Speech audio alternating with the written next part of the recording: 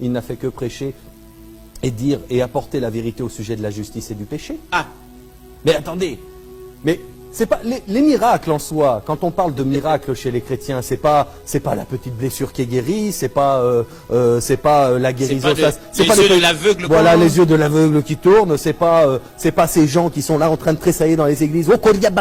C'est pas ça le miracle, le vrai miracle. Ça c'est le parler en langue. Mon frère. Oui, non mais bon, ils appellent ça des miracles. C'est par la puissance du Oui, Saint-Esprit. mais bon, je ne comprends pas pourquoi ça ne m'a jamais atteint quand j'étais chrétien. Ça veut dire que... Vous n'aviez jamais parlé en Non, langue? non, jamais. Mais pourtant, dès que je vous ai donné la parole, vous avez commencé à parler en langue. Non, C'était pas non, je n'ai jamais... Ça, c'était pas en langue. Ça, je ne faisais que demander la protection d'Allah, c'est tout. Ça, c'était en arabe, hein, cher ami. Si vous aviez le Saint-Esprit en vous, vous auriez su distinguer que c'était bien l'arabe que je parlais. Alors, c'est pour vous dire que les miracles, les pseudo-miracles... Parce que moi, si vous voulez, dans des églises, des fois, je rencontre... Il y a une femme qui est là, qui dit « Oh, un miracle, j'avais un bouton et il est guéri, j'ai plus de... » Mais c'est pas ça, les miracles, c'est pas ça. Mais Jésus a ressuscité des morts. Oui, des morts bien morts. Avec la même permission, Lazare bien mort. Avec la permission d'Allah. Évidemment, je dis bien. évidemment. Même ce que vous voyez dans vos églises, les pseudo-miracles qu'ils font, ou même les miracles, parce que même Jésus a prédit ça. Oui. Il a prédit, il y en a qui feront de grands miracles. De grands miracles dans le but de séduire les élus. C'est Jésus qui le dit. Ah, oui. D'accord? Dans le but de séduire les élus, ils feront des grands prodiges, des grands miracles. Vous voyez, ça Jésus l'avait déjà prédit. Donc les miracles que les gens font, Jésus l'avait déjà prédit, mais c'est pas pour autant que les miracles qu'ils font, ça vient de Dieu. Ça, moi, je le dis. Les gens qui disent qu'ils chassent les démons, même moi, tel que vous me voyez, je ne suis pas chrétien, ou du moins je ne le suis plus, mais je peux chasser les démons, ça, je vous le dis. Ah, n'importe qui peut chasser les démons, n'importe qui. Ça, c'est pas un miracle en soi. Moi, le vrai miracle dont je vous parle, c'est pas les petits miracles qu'on voit dans ces églises-là. Le vrai miracle, c'est le miracle du prophète Mohammed sallallahu alayhi wa sallam à travers le Coran qui a changé toute une société. La nation arabe au jour d'aujourd'hui que vous avez créé, les Romains, les Perses sont passés à côté, les Romains sont passés à côté. Mais le jour où le prophète Mohammed sallallahu alayhi wa sallam a reçu la révélation Iqra avec le Coran, il a changé toute une société. Évidemment, nous en sommes témoins. Si ça ce n'est pas un miracle pour apporter cette vérité, changer toute une société polythéiste, avec leurs coutumes, leurs anciennes coutumes arabes justement, qu'ils avaient à l'époque, jusqu'au jour d'aujourd'hui. Et la rendre fidèle au Coran. Et non seulement, je dis bien la rendre fidèle, mais au jour d'aujourd'hui, qui a atteint quand même le tiers de la planète. Évidemment, évidemment. Nous en sommes témoins. Avec des lois, les lois, donc c'est-à-dire les lois de Dieu, ces révélations divines, qui sont là jusqu'au jour d'aujourd'hui. Que chaque musulman respecte. Et que chaque musulman, je dis bien, doit respecter. Si ça, c'est pas un miracle, dites-moi qu'est-ce que... Si ça ne vient pas de Dieu, ça vient d'où? C'est un grand miracle. Ça vient bien de Dieu, ça vient bien d'Allah. C'est un très grand miracle, mon frère. Mais vous savez, vous avez été à Kin, non? Vous savez déjà, les grands hommes de Dieu charismatiques. Par la vertu de l'onction du Saint-Esprit. Non,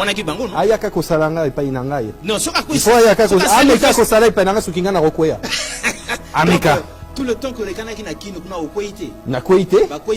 Non, onction. Allah me protège. D'accord. Alors donc nous pensions aussi que, parce que nous sommes maintenant entre deux eaux. La moitié de notre cœur nous dit de rester dans le christianisme, l'autre moitié nous dit que ce que vous dites est vrai. Alors dites-nous, quelles sont les autres raisons? Qu'est-ce que vous pouvez nous ajouter pour que nous puissions vous imiter et sortir de là où de notre zone de confort, du christianisme, là où on prêche l'amour de Dieu, de tout son cœur, de toute sa force, de tout son corps, de toute son énergie, l'amour du prochain. Nous allons quitter ça pour aller où? Si vous voulez, donnez-nous d'autres raisons. Si vous voulez, voilà, je vais vous donner. Qu'est-ce qui pourrait différencier au jour d'aujourd'hui, je dis bien dans le comportement, un chrétien d'un musulman? On pourrait dire, ça pourrait être un peu sur tout.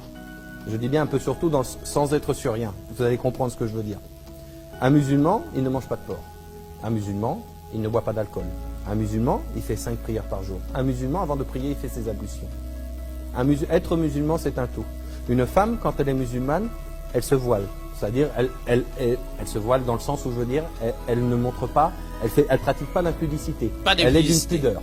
N'hésitez pas à liker la vidéo si elle vous plaît, et si vous êtes nouveau sur la chaîne, n'oubliez pas de vous abonner et d'activer la cloche de notification afin de ne rater aucune de nos vidéos. Eh bien voilà, bonjour. Mesdames et messieurs, comme vous le savez, tout le plaisir est nôtre de vous savoir très nombreux devant votre petit écran, attendant avec impatience et patience ce nouveau numéro d'homéostasie, qui n'est autre que la suite logique de la dernière émission que vous avez suivie samedi dernier avec ce chrétien devenu musulman, hein, qui est sur ce plateau, donc dans cette deuxième partie, du christianisme à l'islam. Quelles sont les raisons de sa conversion? Quel est son témoignage pour que vous et nous qui hésitions encore là, puissions aussi savoir sur quel pied danser? Est-ce qu'on va faire le grand saut dans le vide, quitter le bateau, sinon l'avion du christianisme, pour sauter dans le vide, atterrir où? Dans l'islam? Nous avons besoin de comprendre et nous pensons que son témoignage va certainement nous donner des raisons valables de quitter Jésus pour Mahomet. Cher invité, bonjour. Bonjour. Alors, d'aucuns étaient déjà choqués la dernière fois, hein, en attendant que vous vous présentiez, hein, d'aucuns étaient déjà choqués la dernière fois, lorsque ils avaient lu la pensée du jour, la Bible est déjà caduque. Qu'est-ce que vous en pensez, vous? A'udhu billahi minash shaitanir rajim. Bismillahir rahmanir rahim. Wassalat wassalam wa ala rasulillah. Assalamu alaikum wa rahmatullahi wa barakatuh. Alors, pour répondre à votre question au sujet de la Bible, que la Bible est caduque. Bon, moi je vais partir sur une introduction. Qu'est-ce qu'un chrétien, ou qu'est-ce qu'un musulman, on va dire plutôt, se rapproche d'un chrétien? Qu'est-ce qui pourrait les unir? Déjà, nous les musulmans, l'islam est la seule religion non chrétienne à accepter Jésus. Nous reconnaissons Jésus comme étant le Messie, Al-Masih Isa alayhi salam, donc le Christ Jésus, traduit Messie Christos en grec, Al-Mashiach en hébreu, donc nous le reconnaissons comme étant le Messie. Ça, c'est une chose véridique, il n'y a aucune autre religion sur cette terre non chrétienne qui reconnaisse Jésus. Les Juifs ne reconnaissent pas Jésus. Ah, ça c'est clair. Les Juifs ne reconnaissent pas Jésus. Les hindous ne reconnaissent pas Jésus. Le bouddhiste ne reconnaît pas Jésus. La seule religion non chrétienne qui reconnaît Jésus, c'est nous. C'est l'islam. C'est l'islam, les musulmans. Ça, c'est le premier point. Nous acceptons que Jésus a fait des miracles avec la permission d'Allah, par la permission d'Allah. Nous croyons qu'il a ressuscité les morts par la permission d'Allah. Nous croyons qu'il a guéri des aveugles par la permission d'Allah. Nous croyons qu'il a guéri des lépreux par la permission d'Allah. Nous croyons en ces choses-là. Ça, c'est les points. Il a fait de très grandes choses par la permission d'Allah. Toujours par la permission d'Allah. Toujours par la permission de Dieu. Pas de son propre Pas de sa propre volonté. Non, pas de sa, ni dans la Bible. Je dis bien ni dans la Bible. Ah. Ni aussi bien dans la Bible que dans le Coran, c'est bien précisé qu'il ne le fait pas de sa propre volonté. C'est clair. On nous dit ça à l'Église. Bien dans la Bible, il le dit, mon Père est plus grand que moi, je fais ces choses-là par la volonté de mon Père. Exact. Ça, c'est ce qui est écrit dans la Bible. Aussi bien dans la Bible que dans le Coran. Ça, c'est un deuxième point.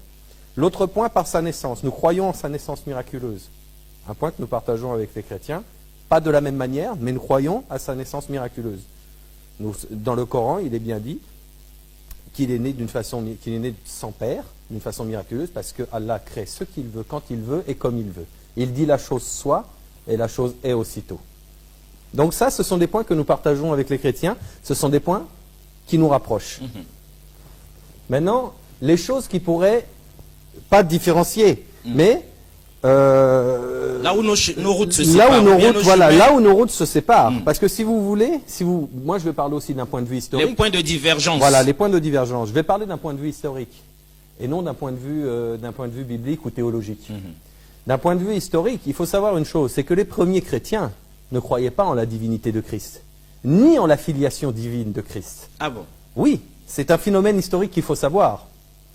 C'est à partir de l'an 325, lors du concile, lors du concile de Nicée, que ces choses-là ont été décidées. C'est avec l'empereur Constantin, et quand vous fêtez, certains chrétiens fêtent la Saint-Sylvestre, ce que vous appelez le jour de l'an, il faut savoir qui est Sylvestre. Ah oui, on a intérêt. C'est que les gens ne savent pas qui est Sylvestre. Sylvestre, c'est le 33e pape de l'Église catholique. Ah. Maintenant, c'est lui, avec l'empereur Constantin, qui ont décidé la divinité de Christ, la Trinité et la filiation divine de Christ. C'est eux-mêmes qui ont décidé. Donc ça veut dire 325 Avant eux, on ne parlait pas de ces choses-là. Non, les premiers chrétiens. 3 siècles plus tard, c'est eux qui introduisent ces choses-là. C'est eux qui introduisent ce paganisme. De manière historique, c'est comme ça. Voilà, d'une manière historique, ce paganisme est né de là. Ah. Mais ça, voilà, la plupart de nos frères chrétiens ne le savent pas. Nous l'ignorions. Tout à fait. Donc, ces histoires de Trinité, de divinité de Christ et de filiation divine de Christ sont apparues 325 après l'avènement de Jésus, bien après. Jésus n'a jamais laissé ça sur cette terre. Le seul message que Jésus a laissé aussi bien dans la Bible que dans le Coran, c'est déjà d'une, Jésus, dans la Bible et dans le Coran, il n'est pas venu pour l'humanité tout entière. Ah, Il n'est pas venu pour l'humanité tout entière, il est venu que pour les brebis perdues de la maison d'Israël. C'est bien circonscrit. C'est, voilà, ceci est bien cité dans la Bible, et aussi bien dans l'évangile selon saint Matthieu, quand l'ange Gabriel annonce à Marie qu'il sauvera son peuple du péché. Le peuple de qui? De Jésus. Jésus était qui? Il était juif. Juif, Voilà, sur ce point-là, c'est clair. on est d'accord. Et la plupart des chrétiens diront qu'ils citeront dans l'évangile selon saint Marc, faites de chaque nation des disciples. Le terme nation, C'est ça qu'on nous dit à l'église. le terme nation auquel vous employez, c'est pas le terme nation, du monde. Les nations qu'on emploie dans ce terme-là, si on regarde bien, ce ne sont pas les nations du monde entier, ce sont les nations de la tribu d'Israël. Ah, Il y a 12 nations dans la tribu d'Israël, 12 tribus. C'est comme ça, c'est dans ce sens-là qu'on doit les employer. Si vous relisez ces versets-là, quand la femme cananéenne vient et elle dit à Jésus, « Seigneur, Seigneur, ma fille est malade et tourmentée par un démon. » Les disciples disent quoi? Ils disent à Jésus, « Chasse-la, elle n'est pas juive, elle ne fait pas partie. » Jésus lui répond, « Je n'ai été envoyé que pour les brebis perdues de la maison d'Israël. Il n'est pas bon de donner le bon pain des enfants aux petits chiens. » petit chien. C'est ce qui est écrit dans la Bible, je le cite. La réponse de la femme a été, elle dit, Seigneur, même les petits chiens mangent les miettes qui tombent de la table de leur maître. D'accord, Jésus a dit, elle veut les miettes, donnez-lui les miettes. Mais c'était que des miettes. Puisqu'elle veut des miettes, Elle veut des donnez-les-lui. miettes, donnez-lui les miettes. Ta foi est grande, Mais c'était des miettes. C'était des miettes. C'était pas le fin fond du... Voilà. C'est ça qu'il faut que les gens arrivent à différencier.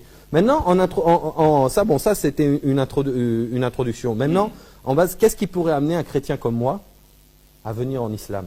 C'est ça qui choque les chrétiens que nous sommes. Moi, je le dis avec conviction, la plus grande conviction possible. Un chrétien qui cherche la vérité dans toute son humilité, dans toute la grandeur de Dieu, en cherchant le vrai Dieu, le seul et unique Dieu. Je le dis avec toute la plus grande conviction, que ce chrétien qui a cette flamme en lui, de vouloir chercher cette vérité, il finit par devenir musulman. Automatiquement. Allah le guidera sur le droit chemin. Inéluctablement. Moi, Pour peu qu'il soit sincère dans sa recherche. oui, pas l'aveuglement. Si vous voulez, la croyance aveugle en une chose qu'on ne maîtrise pas, c'est-à-dire, moi je vois beaucoup de chrétiens, je leur dis par exemple, on va parler d'un sujet qui est simple, c'est-à-dire qui nous différencie, nous, des musulmans, la divinité de Christ. Quand on demande à un chrétien, à un pasteur, un prêtre, un révérend, c'est-à-dire tous ces hommes de Dieu dans le christianisme, même aux anciens des témoins de Jéhovah, avec qui j'ai eu beaucoup discuté, Ah, parce qu'eux aussi, ils ne disent pas, vous voyez, les témoins de Jéhovah ne disent pas que Jésus-Christ est est Dieu. Ils disent Non. que c'est un être divin. un être divin. Donc Ah, c'est le Fils de Dieu. Le Fils de Dieu. Mais Que ça. voilà, Pas Dieu moi je lui-même. veux juste qu'on me donne un seul verset. Un verset, sans seul. ambiguïté, un seul verset dans la Bible, où il est écrit, où Jésus a dit, je suis Dieu, Dieu. le Dieu que vous attendiez, adorez-moi. Et à ce moment-là, si vous me On sait montrez très ce bien, verset-là, on sait très bien que si vous Abdul montrez ce Mahdi de verset-là, Youssouf Ngolo et tous les autres vous ont précédé ici, sans oublier Ahmed Diallah, tout ce beau monde nous a démontré qu'il n'existe dans la Bible aucun verset où Jésus lui-même affirme sa divinité, où Jésus lui-même dit qu'il est Dieu. Nulle part, ça c'est clair. Pas d'ambiguïté. il n'y a pas d'ambiguïté, ça n'existe pas. S'il y en a un, montrez-le-moi, mes chers frères, et à ce moment-là, je me convertis au christianisme tout de suite. Il n'y en a pas. Et c'est-à-dire, je reviens vers vous au christianisme. Il n'y en a pas. Il n'est D'accord. pas. Mais, voyez, ça, c'est une croyance aveugle déjà. C'est-à-dire, on suit aveuglément, sans recherche. Parce Dans- que le pasteur a dans la- dit, on Voilà. suit aveuglement. Dans la Bible, il est écrit, il me semble que c'est Salomon, s'il dit ça, si mes souvenirs sont bons pour avoir bien relu la Bible, il me dit, mon peuple périt par manque de De connaissance. connaissance. Mais voilà, votre peuple périt par manque de connaissance. Essayez d'apprendre cette connaissance, cherchez cette connaissance. Cherchez-la. Cherchez-la. Et quand vous la cherchez, vous la trouverez. Jésus dit ceci dans l'évangile selon saint Jean, chapitre 3, verset 33. Quand vous connaîtrez la vérité vous affranchira. Vous affranchira. Moi, je le dis ouvertement devant tout le monde, la vérité m'a affranchi. Il n'y a qu'un seul Dieu. La ilaha illallah. Il n'y a qu'un seul Dieu. Ce seul Dieu unique. Moi, je dis à tous mes frères chrétiens qui aiment Jésus, qui aiment, pas adorer, mais qui aiment, Qui aiment qui ont Jésus. besoin, voilà, qui veulent suivre les enseignements du Christ, sont écrits dans la Bible et suivre ces enseignements-là. Mais je les invite à adorer le seul et unique Dieu. Et ça, c'est à travers ce consolateur que Jésus nous a promis. C'est cet esprit de vérité qui nous a conduits au sujet de toute la justice, au sujet de la vérité, de la justice et du péché. Et ce consolateur-là, c'est le prophète Mohammed sallallahu alayhi wa sallam, qui vous invite à adorer cet unique Dieu, de revenir au monothéisme pur, comme il l'était au commencement. Et c'est ça encore ce qui choque les plus grands théologiens de ce monde. Parce que vous pouvez badiner avec autre chose, mais pas quand même avec le Saint-Esprit de Dieu. Parce qu'un homme de Dieu qui vous suivez attentivement nous a dit que dans la Bible, Dieu lui-même il dit on peut blasphémer contre Dieu. Ça, il pardonne. Contre Jésus, il pardonne. Mais contre le Saint-Esprit, non. Alors, homme de Dieu, ouvrez la Bible, regardez bien, scrutez bien. Est-ce que Jésus a annoncé l'arrivée du prophète Mohammed en annonçant l'arrivée du Saint-Esprit? Ou bien vous usurpez cette prophétie? Parce que les chrétiens sont choqués. Je cite le verset tel qu'il est. Tel qu'il est. Tant mieux. C'est-à-dire tel qu'il a été écrit. Ce n'est pas moi qui l'ai écrit. Ah. Ce n'est pas moi qui ai fait la Bible. En tout cas, vous avez seulement lu. Voilà, moi j'ai lu. Et c'est ce qui m'a convaincu. C'est ce qui m'a convaincu. En vérité, je vous l'ai dit, il est avantageux que je m'en aille. Car si je ne m'en vais pas, le consolateur ne viendra pas vers vous. Si je ne m'en vais pas. Condition. Donc ça veut dire Jésus est là. Donc il faut que Jésus s'en aille. Il faut qu'il s'en aille. Il faut qu'il s'en aille pour qu'il vienne. Pour que l'autre vienne. Et les chrétiens persistent à dire que ce consolateur est toujours le Saint-Esprit. Et comme je vous l'avais dit la dernière fois... Pendant que Jésus était là, même bien avant Jésus... Même avant la naissance de Jésus, le Saint-Esprit était déjà là. Luc chapitre 1, verset 33, Élisabeth avait en son ventre tressaillé du Saint-Esprit. Oui. Jésus, lors de son baptême, le Saint-Esprit descendit sous forme de colombe. Le Saint-Esprit était déjà là. D'accord? Oui. Vous voyez ce que je veux dire? Donc, ça ne peut pas être le Saint-Esprit, ce consolateur. Non. Et quand vous venez de citer justement que Jésus a dit que celui qui blasphémera contre le Saint-Esprit ne sera pas pardonné. Jamais pardonné. Donc, pourquoi cette question qu'il faudrait que les chrétiens se posent? Justement, c'est la grande pourquoi question. Jésus n'a pas été plus clair quand il a cité, il a été clair quand il a cité le Saint-Esprit au sujet des blasphèmes, mais il ne l'a pas cité au sujet du consolateur. Il a mis consolateur. Paraclétos. Pourquoi? Mais justement, c'est la grande Donc, question. pour préciser que ce n'était pas du Saint-Esprit qui parlait. Ah, d'accord. Donc, il y a une nuance énorme. Mais complètement. Il faudrait qu'on l'observe, qu'on fasse attention à ça. Dans les textes grecs anciens, on parle de paraclétos, traduit en consolateur, assistant. Donc, vous allez dans les écritures des témoins de Jéhovah, c'est l'assistant. Dans d'autres écritures, c'est le paraclet. On met directement le paraclet. Dans d'autres écritures, comme c'est là, dans nos traductions modernes, on parle de consolateur. Mais on ne parle pas de Saint-Esprit. Et nous qui pensions que c'était tout simplement la puissance de Dieu. Le terme exact de Saint-Esprit en grec ancien est tout à fait différent de paraclétos. Bon, mais qu'à cela ne tienne, le prophète Muhammad, soit-il le saint prophète, donc celui-là qui a reçu la révélation d'en haut, mais il n'est qu'un homme, il ne peut pas être le consolateur, il ne peut pas être le Saint-Esprit, il ne peut pas être le paraclétos, il ne peut pas être l'avocat. C'est trop grand pour un homme, n'est-ce pas? Le consolateur, il vous enseignera au sujet de la justice et du péché. Maintenant, en termes... Ce sont ses missions. Ce sont ses missions de nous enseigner au terme de la justice et du péché. Le prophète Mohammed sallallahu alayhi wa sallam, sur les 23 ans qu'il a passé parmi nous, non, il était déjà là pas longtemps, c'est-à-dire de 40 ans jusqu'à 63 ans, il n'a fait que prêcher et dire et apporter la vérité au sujet de la justice et du péché. Ah. Mais attendez, mais c'est pas les miracles en soi. Quand on parle de miracles chez les chrétiens, c'est pas la petite blessure qui est guérie, c'est pas la guérison. C'est pas les yeux de l'aveugle. Voilà, les yeux de l'aveugle qui tournent. C'est pas ces gens qui sont là en train de tressailler dans les églises. C'est pas ça le miracle, le vrai miracle. Ça c'est le parler en langue.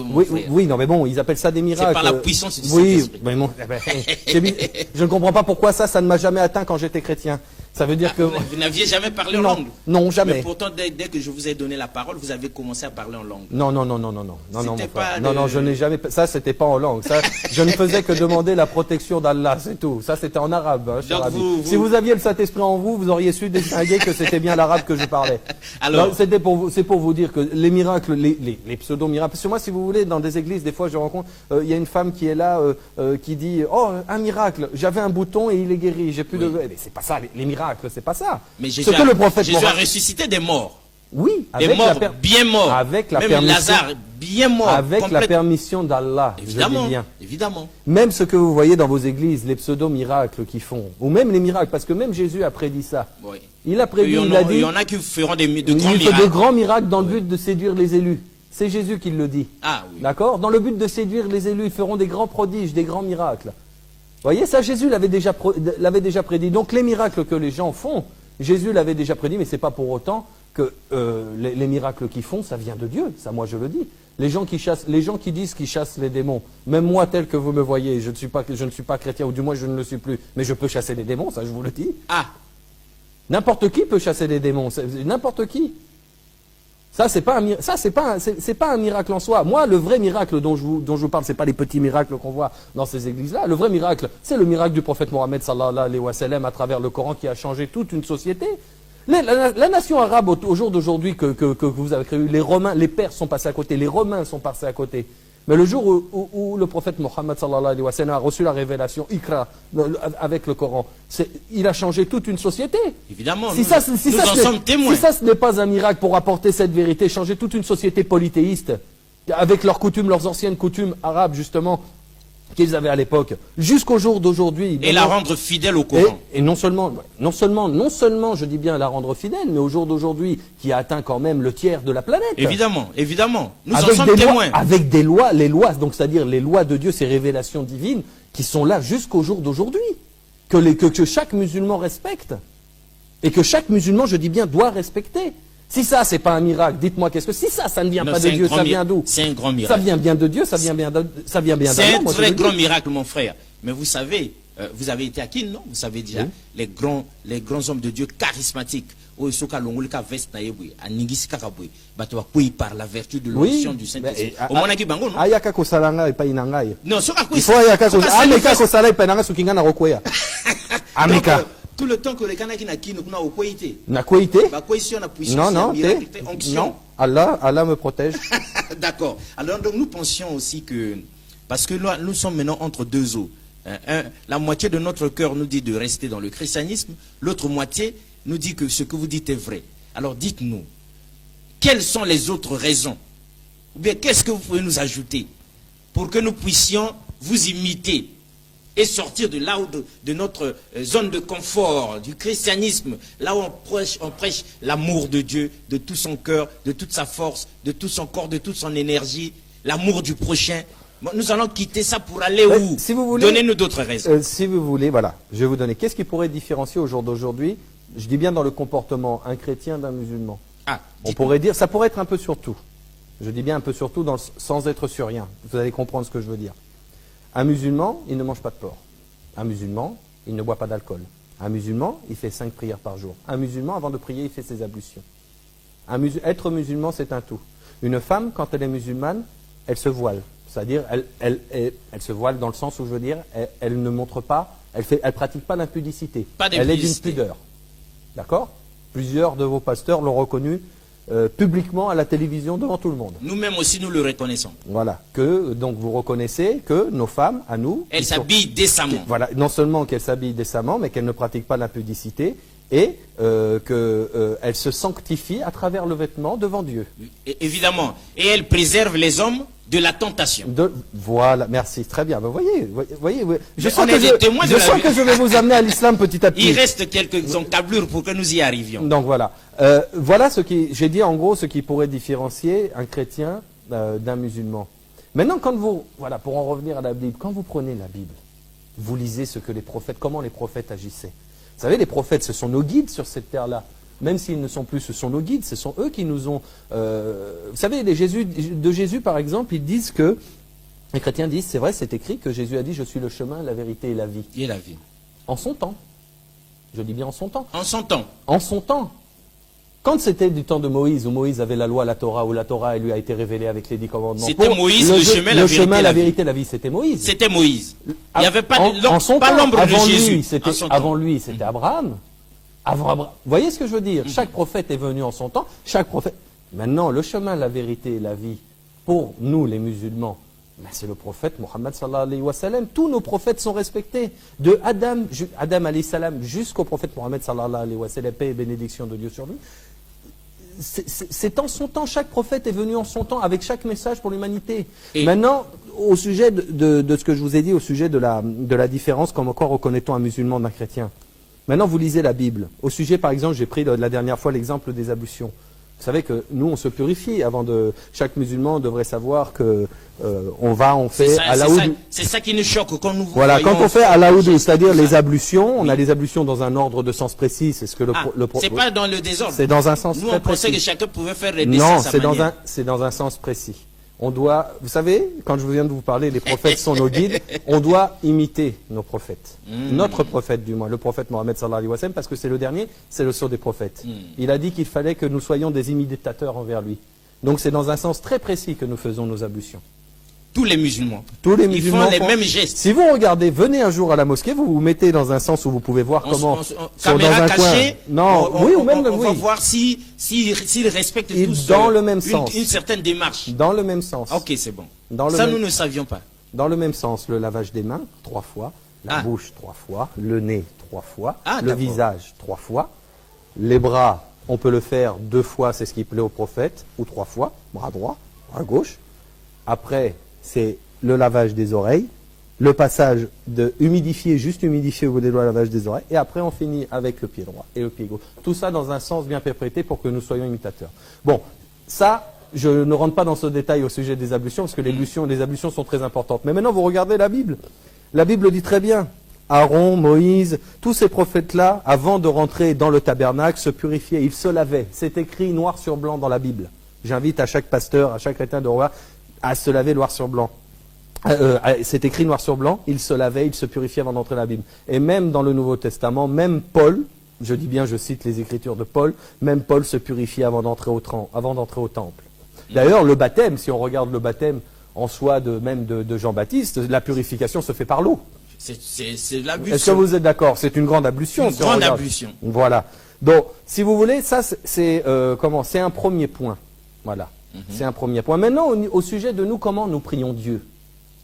Comment nous prions Dieu? La plupart des prophètes, de la façon dont ils priaient Dieu dans la Bible, ils se prosternaient. C'est écrit dans la Ils n'étaient pas là en train de chanter, de danser et hurler. Non, c'est se prosterner en toute humilité. Abraham se prosternait. Même Jésus, même Moïse se prosternait. Même Jésus lui-même, dans le jardin de Gethsémani, il se prosternait. Ce n'est pas un secret. C'est écrit noir sur blanc dans la Bible. Donc la prosternation fait partie de la religion du monothéisme pur. C'est comme ça, on adore Dieu dans l'humilité, dans toute l'humilité parfaite qu'on peut adorer Dieu. C'est pas en chantant, en dansant et en hurlant, comme font les chrétiens. comme font la plupart des chrétiens. Comme nous faisons nous à l'église. Voilà, je ne sais pas, moi je ne vous ai jamais vu encore prier, mais je pense que personnellement C'est comme ce que ça nous faisons nous à C'est comme l'église. ça que vous le faites. Et au c'est sujet, par la vertu du Saint-Esprit, par sa toute puissance, que nous parlons en langue, que nous sautons, nous crions, nous dansons, et tout à l'heure, pour c'est- louer, glorifier le Seigneur. Voilà, alors par la Non vertu... déplaise à tous les musulmans Mais du monde. pour la vertu du Saint-Esprit, tout à l'heure, vous voyez, j'étais en train de parler arabe avant de commencer à parler. Je demande la protection d'Allah contre Satan le lapidé. Mais si vous aviez le Saint-Esprit, vous auriez su quelle langue je parlais. Visiblement, oui, parce que c'est écrit dans l'acte des apôtres que le Saint-Esprit vous dévoile des langues que vous ne connaissiez pas avant. C'est écrit exactement. Mais alors, Bon, mon pourquoi Saint-Esprit, vous Saint-Esprit vous mon a pas dit quelle langue Saint-Esprit est vous parlez? encore tout petit. Ah bon? Bon, d'accord. D'accord. Alors, Ah, la suite. là, je vous ai coincé là-dessus, hein, d'accord? Bon. Alors ensuite, au sujet des animaux purs et impurs, si vous voulez, nous, la viande de porc nous est interdite. Mais si vous lisez la Bible, la viande de porc est interdite. Même jusqu'au jour d'aujourd'hui, les Juifs ne mangent pas de porc. Il n'y a pas que nous, les musulmans sur cette terre, qui ne mangeons pas de porc. Et les Juifs et dans à la loi. l'église, on nous dit que c'est de l'Ancien Testament. Ah bon? On est maintenant à l'ère de la grâce avec Alors, Jésus ah bon, qui est mort. alors, si vous êtes dans l'ère de la grâce, La il me grâce. semble que dans Matthieu 15, il est écrit, ne croyez pas que je sois venu pour abolir, ne croyez pas, non, pas dans Matthieu 5, verset 7, ne croyez pas que je sois venu pour abolir la loi, je suis venu pour l'accomplir. Car quiconque changera d'un iota la loi des prophètes et des Moïse sera appelé plus petit dans le royaume des cieux. Ne croyez pas que si votre justice surpasse celle des scribes et des pharisiens, vous n'entrerez point au royaume des cieux. C'est qui dit ça, monsieur? C'est Jésus. Voilà, c'est Jésus lui-même, d'accord?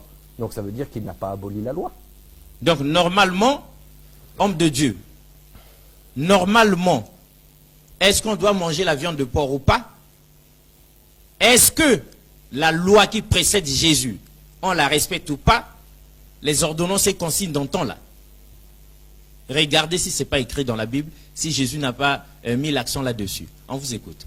Donc, ça, c'est un premier point. J'ai dit ce que Jésus avait dit, mais si vous voulez, dans le dogme et le paganisme chrétien, me fait un peu rigoler dans le sens où je veux dire, vous avez par exemple l'Ancien et le Nouveau Testament. L'Ancien Testament dit bien que vous ne devez pas vous enivrer, dit bien, Lévitique 11, verset 7, tel le porc, vous le considérez impur. Deutéronome revient sur la viande de porc. Isaïe revient sur la viande de porc aussi en disant qu'il fallait s'en éloigner. C'est un grand péché d'en manger. Maintenant, quand je lis l'Ancien et le Nouveau Testament et comme on voit comment les pasteurs et certaines églises jouent avec l'Ancien Testament, on va parler des dîmes et des offrandes. Ah, J'aimerais qu'on me cite dans le Nouveau Testament, au sujet des dîmes et des offrandes, si Jésus n'a dit ne serait-ce qu'un seul verset au sujet des dîmes et des offrandes que c'était obligatoire de donner les dîmes. Trouvez-moi un seul verset où Jésus a dit il faut donner les dîmes. quelqu'un était passé ici, il a dit que le Seigneur n'a jamais dit ça. Voilà, d'accord. Mais c'est écrit dans Malachie. C'est Chorakwetu qui nous C'est a écrit dit... dans Malachie chapitre 3. Ah, Voilà, c'est écrit. Amenez-moi vos dîmes et vos offrandes et mettez-moi à l'épreuve, moi l'Éternel. Bon, là c'est l'Ancien Testament. Donc pour la viande de porc et l'alcool, vous reniez l'Ancien Testament, mais par contre pour les dîmes et les offrandes, puisque ça vous arrange retour à bien, l'Ancien Testament. ouais, voilà, retour à l'Ancien Testament. Donc vous voyez, on prend, on amène chacun, Deux poids, deux mesures. on fabrique cette religion à Voilà. notre façon. Voilà. Oui, oui. Eh bien monsieur, c'est là où je vous dis, si vous êtes chrétien et que vous cherchez la vérité et la vraie face de Dieu, vous allez ne serait-ce que vous intéresser à la religion musulmane sans rentrer directement par le Coran, mais au moins vous intéresser de voir comment cette communauté prie Dieu, prie le même Dieu et accepte aussi Jésus. Nous avons un respect immense pour Jésus. Nous disons que c'est l'un des plus un grands... respect immense. Immense. C'est l'un des plus grands messagers de Dieu. Nous le respectons, nous l'aimons, mais nous ne l'adorons pas. C'est un homme comme nous. Vous l'aimez, Nous mais l'aimons. vous ne l'adorez pas. Mais nous n'adorons pas. L'adoration est réservée Là, l'adoration n'est réservée qu'à Dieu. qu'à Dieu et à Dieu seul. À Dieu seul. L'homme de Dieu, l'homme en soutane, dites-nous, s'il vous plaît, comment l'Ancien Testament, le même Ancien Testament interdisant la viande de porc comme aliment impur, vous clamez haut et fort, non, Jésus était déjà arrivé, il est mort pour nous, en tout cas, on peut manger. Mais l'Ancien Testament, presque ordonne la dîme et les offrandes. C'est du passé, n'est-ce pas? Mais aujourd'hui, vous revenez. Donc, quant à la viande de porc, on oublie l'Ancien Testament. Quand c'est la dîme et les offrandes qui nous profitent là, au nom du Père, du Fils et du business, parce qu'on doit bien se vêtir, on doit quand même être bien nourri, logé, véhiculé, tout ça. Alors là, retour à l'Ancien Testament. Ça redevient valable. Qu'est-ce que c'est cette histoire-là? Quand Jésus vient, il abolit ou non l'Ancien Testament? Dites-nous. Quand il dit « je ne suis pas venu abolir », il dit la vérité ou bien il ment? Ne faites pas de Jésus menteur. Vous savez, la pensée du jour est claire. Le chemin de la Bible mène droit, sinon qu'on dit droit, à l'islam, au Coran. Donc si vous empruntez le chemin de la Bible, vous allez déboucher au Coran. Ça c'est clair. Donc dites-nous la vérité là-dessus, mais c'est vrai que on dit en passant que des hommes de Dieu charismatiques avaient été choqués par votre intervention, là la première partie. On pense à Lévitique 10, 3 phases. Il aurait bien voulu, il reviendra même sur ce plateau-là pour faire une démonstration du fait que un chrétien ne peut au grand jamais quitter le christianisme pour l'islam. Sinon, il y a aussi l'évangéliste sossonite et toute sa clique, donc frère Jérémie, frère Galilée, tout ça, qui disent qu'eux aussi reviendront sur ce plateau pour faire une émission où ils feront une démonstration de 1001 raisons pour lesquelles aucun chrétien ne peut quitter le christianisme pour l'islam. Mais en tout cas, à moins que vous trouviez notre Bible sur ce plateau-là, notre invité est en train de nous démontrer, Bible à l'appui, qu'il y a toutes les raisons du monde, toutes les raisons bibliques de quitter le christianisme pour l'islam. On vous écoute. Oui, et d'ailleurs vous venez justement de bien le citer. Là, dernièrement, le Tchèque Youssouf Ngolo m'avait dit que pendant 2 mois, ils sont partis faire, on va dire, une campagne d'islamisation avec le groupe pour l'appel à l'islam. Voilà, le groupe d'appel à l'islam. Il y a eu 120 chrétiens qui ont été convertis à l'islam. 120. Moi, appelez-moi ne serait-ce qu'un seul pasteur, même que ce soit la mission Réhobos devant où je pars, ou que ce soit la chapelle des vainqueurs, qui me donne des chiffres. Non, s'ils ne défiez pas Réhobot. Non, Là-bas, non. c'est un homme de Dieu très très fort. Non, mais qui donne des chiffres en me disant, est-ce qu'il a réussi à convertir 120 musulmans? Juste un exemple. Voir Ah, si vous d'accord. voyez ce que je veux dire? Pour qu'on puisse comparer. Qu'on puisse Est-ce que comparer. même l'apôtre Ndeke à Réhobot Oui. peut nous dire aujourd'hui Est-ce qu'il a converti? qu'il a réussi à convertir 120 musulmans ou encore quelques musulmans depuis qu'il prêche? Mais le groupe d'appel à l'islam, en 1 ou 2 semaines, a converti 120 chrétiens qui sont devenus musulmans. L'homme de Dieu, dites-nous, le christianisme et l'islam, qu'est-ce qui dame le pied en l'autre par les temps qui courent depuis un certain temps? Le monde entier en est témoin. N'est-ce pas l'islam? Alors dites-nous, d'où vient-il que les gens aient comme ça peur de l'islam alors que c'est la vérité? Mais excusez-moi, mais je veux dire, c'est triste à dire ce que je vais vous dire. Quand vous êtes sciemment dans l'hypocrisie pure et dure, ou que vous savez sciemment que vous n'êtes pas dans la vérité, eh bien la vérité dérange quelque part. Vous savez, il y a un proverbe français qui dit toute vérité n'est pas bonne à dire. Eh bien vous voyez, nous en islam, on vous dira toujours la vérité. Toujours la vérité. Voilà. Donc, la vérité, soit vous l'acceptez, soit vous ne l'acceptez pas. Moi, j'ai suivi ce que Jésus a dit dans Jean 3, chapitre 3, verset 33. Quand vous connaîtrez la vérité vous affranchira. Je le dis haut et fort, la vérité m'a affranchi. Et la vérité ne se trouve qu'en islam, à travers notre bien-aimé prophète, Mohammed, sallallahu alayhi wa sallam, que la paix et la bénédiction de Dieu soient sur lui. Mon vieux, que j'aime beaucoup, Makita Ngelelo, qu'est-ce qu'il nous a pas dit? Il dit, monsieur le journaliste, votre invité, tel qu'il est sur ce plateau-là, il est encore tout jeune, tout beau là.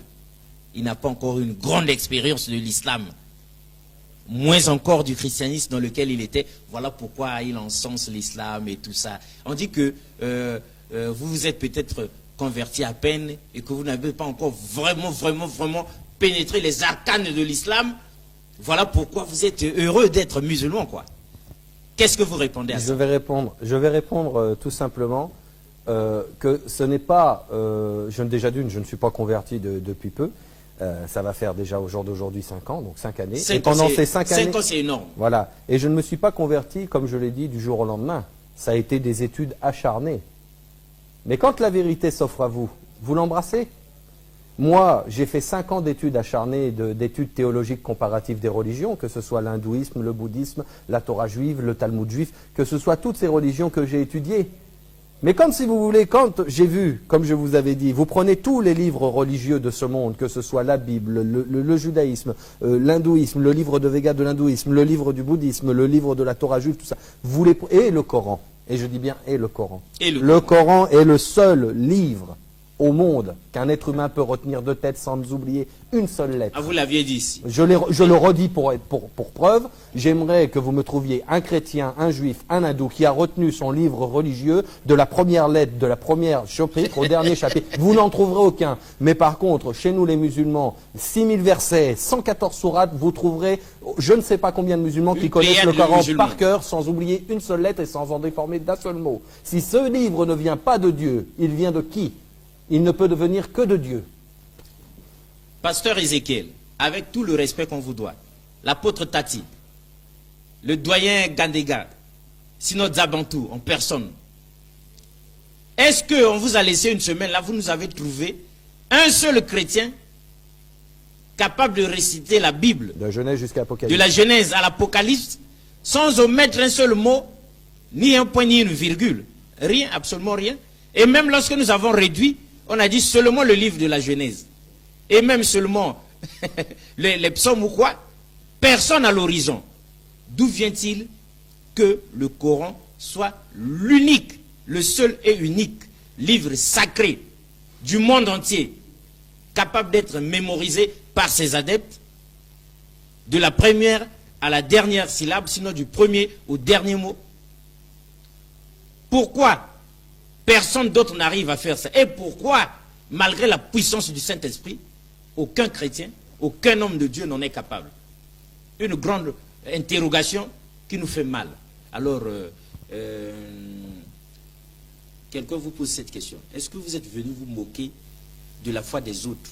Ou bien, Alors, ou bien des églises des autres? Écoutez, ou bien des religions des autres? Ou bien des croyances des Écoutez, autres? à mon âge- Est-ce que c'est une manière de fouler aux pieds À mon âge, à 31 ans. insolemment toutes les croyances des autres? Non. Ah. À mon âge, à 31 ans, au jour d'aujourd'hui, je suis marié, j'ai les enfants. Ma femme était chrétienne, elle est venue en islam, je ne l'ai jamais forcée. D'elle-même, vous nous aviez dit Elle ça. est venue d'elle-même, elle pourrait venir ici en témoigner. On témoignait si Ma l'occasion femme- se présentait. Ma femme est congolaise, Lokolayo, Aza congolaise, Lokolayo. Ah, Kitoko. Donc voilà. Je ne me permettrai jamais de me moquer de quelqu'un. Comme vous aviez dit, Moi- vous n'injurierez jamais la mère de quelqu'un. Ja- Donc vous ne vous non, permettrez jamais jamais de vous de me- moquer de quelqu'un, de me moquer de la de foi des uns quelqu'un. et des autres. Jamais. Mais si vous voulez, quand on doit parler de la Bible, De la Bible et que la Bible en elle-même se contredit. non seulement se contredit, et dans certains versets, on va dire plus ou moins, je ne sais pas comment employer un terme, mais décrivent Jésus d'une certaine façon que nous, les musulmans, nous ne pourrons pas accepter, ou même de certains prophètes, comme le prophète Lot. Si vous voulez, quand vous décrivez le prophète Lot en disant que ses filles l'ont enivré de vin et après pour coucher avec elle, c'est-à-dire pour non seulement ayant des relations incestueuses avec ses prophètes, nous en tant que musulmans, nous n'acceptons pas ça. Ça, vous n'acceptez pas. Non, parce que quand Dieu choisit un prophète pour guider l'humanité, Il ne peut pas il ne peut pas permettre ce genre de permettre ce pratique. genre de choses. Non, jamais. Jamais. Ça, c'est un peu les dérives de la Bible. Ça, Certaines voilà, choses les dérives qu'on de la doit Bible. Mais même, corriger. moi, si vous voulez, c'est pour ça que je vous dis que quand vous passez du christianisme à l'islam, vous êtes affranchi par la vérité. Vous voyez ce que je veux dire? La vérité dont parlait Jésus. Voilà. Celle qui devait affranchir. Vous connaîtrez la vérité et la vérité vous Vous affranchira. affranchira. Voilà, Ah. c'est cette vérité-là. C'est cette vérité Moi, qui je vous ne a peux- affranchi. voilà, je ne me permettrai jamais de me moquer de la religion, de quoi que ce soit. Dans le Coran, il est bien stipulé que Allah subhanahu wa ta'ala nous a dit nulle contrainte en religion. C'est-à-dire, on ne force personne à venir en islam. On vous dit la vérité parce que Dieu nous a donné un petit aperçu de l'enfer. On sait à peu près à quoi ressemble l'enfer. C'est ce que les chrétiens, eux, dans leur Bible, n'ont aucune définition de l'enfer Non. que nous avons. Nous avons quand même une légère définition de l'enfer en nous disant quand même que l'enfer c'est un endroit où on ne voudrait certainement pas aller. Il y a même un hadith où le prophète Mohammed sallallahu alayhi wa sallam, paix et bénédiction de Dieu sur lui, dit « Si vous aviez vu ce que j'ai vu, vous ririez peu, mais vous pleureriez beaucoup. » Ça veut dire ce que ça veut dire, si Ça vous veut dire ce voulez. que ça veut dire. Ça veut dire ce que ça Là, veut il dire. est Ça veut dire que avertisseur. quand il a vu l'enfer, c'est un lieu de tourment que vous ne pouvez même pas imaginer. Donc nous, comme nous, vous, nos frères chrétiens, on vous aime beaucoup. Enfin, moi, personnellement, je vous aime beaucoup. J'aimerais vous amener sur le vrai chemin. Pas le chemin désiré, sur le chemin qui puisse vous mener au paradis, Inch'Allah, si Dieu le veut. C'est une très bonne nuit. C'est ça, moi, là où je veux vous en amener. Vous amener. Je ne veux pas me moquer de vous. Loin de là. Vous savez, l'évangile selon saint Matthieu, au chapitre 15, je crois que c'est au verset 22, si je ne me trompe pas. En tout cas, si je me suis trompé de verset, pardonnez-moi, mais je pense que c'est celui-là. Il est écrit, Jésus dit ceci. Il dit, et beaucoup viendront en ce jour-là et me diront, Seigneur, Seigneur, nous avons chassé les démons en ton nom, nous avons guéri les malades en ton nom, nous avons fait toutes ces bonnes œuvres en ton nom. Et Jésus leur dit ouvertement, je ne vous connais pas, allez-vous-en, vous qui commettez l'iniquité. Mes frères, est-ce qu'il dira ça à nous les musulmans? Ah, certainement pas. Est-ce qu'il dira ça aux juifs? Non du tout. Est-ce qu'il dira ça aux bouddhistes? Non. Il dira ça aux hindous? Non. Il dira ça à qui, mon frère? Aux chrétiens. Bon. Donc comme je ne veux pas que Jésus puisse vous dire ça, venez vers ce consolateur qui nous a été envoyé, le prophète Par Mohammed. Jésus lui-même. Par Jésus lui-même, qui a été annoncé par Jésus lui-même, le prophète Mohammed sallallahu alayhi wa sallam. Et revenez au monothéisme pur. Il n'y a pas d'associé. Dieu, on n'associe rien à Dieu, n'associez rien à Dieu. Respectez le message de Jésus. Adorez le seul et unique Dieu, ce Père qui est dans les cieux. Vous savez, quand vous lisez cette prière, notre Père qui est aux cieux, que ton nom soit sanctifié, que ton règne vienne, que ta volonté soit faite sur la terre comme au ciel. Donne-nous aujourd'hui notre pain de ce jour. Pardonne-nous nos offenses, comme ceux à qui nous ont offensés. Ne nous soumets pas à la tentation du mal, mais ne nous soumets pas à la tentation, mais délivre-nous du mal. Dans cette prière-là, où est-ce qu'on vous enseigne à adorer Jésus? Jésus vous enseigne Nulle à part. adorer le Père unique, le seul. Rien que le L'unique Père. Dieu. On vous enseigne à adorer que Dieu. Que Dieu est que Dieu seul. Alors dites-nous, Ali, si jamais vous êtes venu au Congo pour témoigner, pour apporter cette lumière aux uns et aux autres, en vous suivant là, ils peuvent vouloir vous appeler. Mais Oui. à quel numéro on peut vous joindre? Vous pouvez me joindre au 00242 05 647 46 95. On reprend ça doucement. 00242 05 647 46 95. Pour les gens qui ont non, du on n'est pas en France ici, on n'est pas à Paris, je vous en prie. 00 242 05 05 oui 647 647 46 46 95. 95. Pour les gens qui auront du courage pour m'appeler jusqu'en France, je vous donne aussi mon numéro de France 0033 7 80 80 31 54. Je répète 0033 7 80 80 31 54. Je vous le conjure, mes frères chrétiens. Si vous voulez connaître la vérité, laissez cette vérité vous affranchir. Revenez au monothéisme pur, n'adorez qu'Allah à l'intermédiaire de son prophète bien-aimé, le prophète Mohammed sallallahu alayhi wa sallam, qui vous conduise dans la vérité au sujet de la justice et du péché de ce monde. Revenez au monothéisme pur. C'est le seul message à mes frères chrétiens que je vous fais passer. Hommes de Dieu, mesdames et messieurs, nous tous, nous aimons Jésus, nous sommes des chrétiens, mais ce que vient de dire Ali, il était autrefois Chrétien. votre nom français là. Florent, votre prénom. Florent. C'est Florent. Mais après, il a quitté le christianisme, conseillé par la Bible, guidé par la Bible. C'est la Bible qui vous a orienté. Oui. C'est la Bible Oui. elle-même Ça, je le dis, oui. qui vous a ouvert les portes Oui. de l'islam. Est-ce que ce qu'il dit est vrai ou faux? Est-ce que c'est écrit ou pas? Mais si tel est le cas, si le prophète du Coran, le prophète Muhammad, c'est lui que Jésus avait annoncé, ce quelqu'un d'autre, celui qui ne devait pas venir aussi longtemps que Jésus était là. Mais si je pars, si je m'en vais, il viendra. Si c'est lui, pourquoi vous nous cachez ça?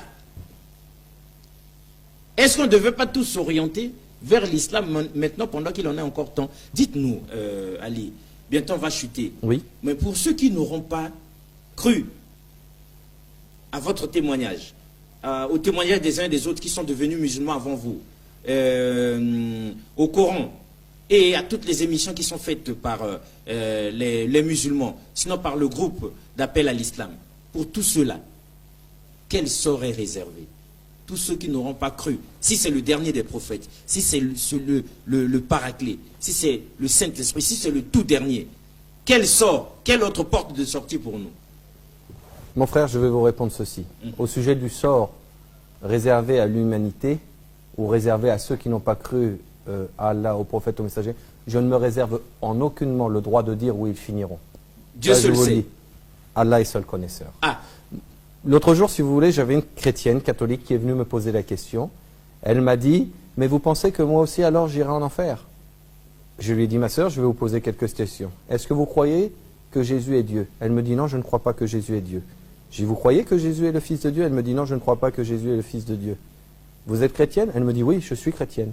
Alors je dis, peut-être, Inch'Allah, vous irez au paradis. Toujours si Dieu le veut. Donc vous voyez, je ne me prononce pas sur le sort qui est réservé aussi bien à mes frères vous chrétiens. prenez pas le risque Je de ne vous prends prononcer pas, là-dessus. je ne peux, voilà, il y a que. Et vous n'en avez même pas le droit aussi. Je n'en ai aucunement le droit. Aucun musulman n'en a le droit. Aucun musulman n'en a le droit. Tout ce que moi je sais qui est écrit, il y a des critères qui sont définis. Allah le dit bien dans le Coran que toute personne qui associe quelque chose à Dieu, c'est pire que le meurtre. Vous voyez ce que je veux dire? L'autre jour, on a posé la question, je me souviens plus dans une émission que je regardais, si Mère Teresa, au jour d'aujourd'hui, elle est morte, elle ira en enfer ou au paradis. Comme nous, les musulmans, nous n'avons pas le droit de dire Nous ne où nous elle est. prononçons Tout pas ce que sur ces nous choses. savons, tout ce que nous savons, je vous pose une question. Par exemple, je suis dans une école, je dois passer un examen. Il y a les maths, les sciences, le français, l'histoire géo. J'ai 20 en maths, j'ai 20 en histoire géo, j'ai 20 sur 20 en sciences et j'ai 0 en mathématiques. Est-ce que vous croyez que j'ai réussi le test? Ça peut être éliminatoire. Si vous avez un 0, vous avez raté le test, vous le savez. Voilà, c'est Oui. tout ce que j'ai répondu au sujet, c'est tout ce que cette personne a répondu au Mère Teresa. Voilà, c'est tout. Il y a un test que vous devez réussir. Après, on est sur cette planète, sur cette terre-là, sur la terre où laquelle on est, que Allah subhanahu wa ta'ala a créé pour nous. On a un test à réussir. On a un test. Regardez, demain je suis médecin, je fonde une école de médecine. Il y a beaucoup de gens qui vont arriver en masse. Ils vont s'inscrire à l'école. Est-ce que tout le monde va réussir à l'examen? Ah non, c'est pas pour autant. Il y en a qui vont réussir, il y en a qui vont échouer, évidemment, c'est clair. Mais voilà. Partout dans le monde, c'est Voilà, comme ça mais que on ça veut- se là, passe. voilà, Allah subhanahu wa ta'ala vous a donné les clés pour pouvoir réussir au test. On vous donne le cahier pour pouvoir apprendre le Coran. Voilà, à vous de réussir. De manifester de la volonté, Après, de vous appliquer. après, moi, là, c'est d'un point de vue personnel que je parle. Je veux dire, il y a des gens qui sont à juste à la limite de la limite d'avoir l'examen. Vous voyez ce que je vous C'est dis? clair, Donc ouais. c'est pour ça que je dis, Allah est seul connaisseur. Seul. Je ne me réserverai jamais le droit de dire que telle communauté ou telle personne ira en enfer. Je ne peux pas. Je n'en ai pas le droit. Super. Parce que ce serait déjà dû me prendre pour Allah, et ça, on n'en a pas le droit. Il n'y a que Allah qui sait. Moi, j'invite mes frères à justement... C'est votre conclusion aussi, justement. C'est ma conclusion. J'invite mes frères surtout, je dis bien surtout mes frères chrétiens, à venir passer ce test avec moi, parce que même moi qui suis là, qui prêche la parole, je ne dis pas si je vais réussir le test, je suis qu'entre les mains d'Allah, c'est En tout. tout cas. Voilà. Moi, je vous invite à revenir au monothéisme pur et à suivre les enseignements de notre cher et bien-aimé prophète, sallallahu alayhi wa sallam. C'est tout. C'est tout, pas plus. Et c'est ça qui fait que nous aimions comme ça là, les musulmans. Ils ne prennent pas la place de Dieu. Non, ils ne se prononcent pas là-dessus. Et ils n'osent pas ajouter quelque chose encore à Dieu. Sinon retrancher, amener quelqu'un à la divinité, non. Il y a Dieu et Dieu seul. Le polythéisme, une grande croix rouge comme ça là. L'associanisme. C'est barré. On n'est pas dans cette histoire-là. Il n'y a que Dieu seul qui est souverain et il n'y a que Dieu seul qu'on doit adorer. Voilà l'islam. Venez à l'islam et vous comprendrez certaines choses qu'on ne peut pas dévoiler maintenant là. Donc, pensée du jour, mesdames et messieurs, pour chuter, hein, le chemin de la Bible mène droit comme ça là, au Coran, sans faute. Croyez à lui, parce qu'il a vécu de ses propres yeux. Et il en est témoin. Au revoir et à la prochaine. Merci beaucoup une fois de plus. Merci beaucoup. N'hésitez pas à liker la vidéo si elle vous plaît, et si vous êtes nouveau sur la chaîne, n'oubliez pas de vous abonner et d'activer la cloche de notification afin de ne rater aucune de nos vidéos.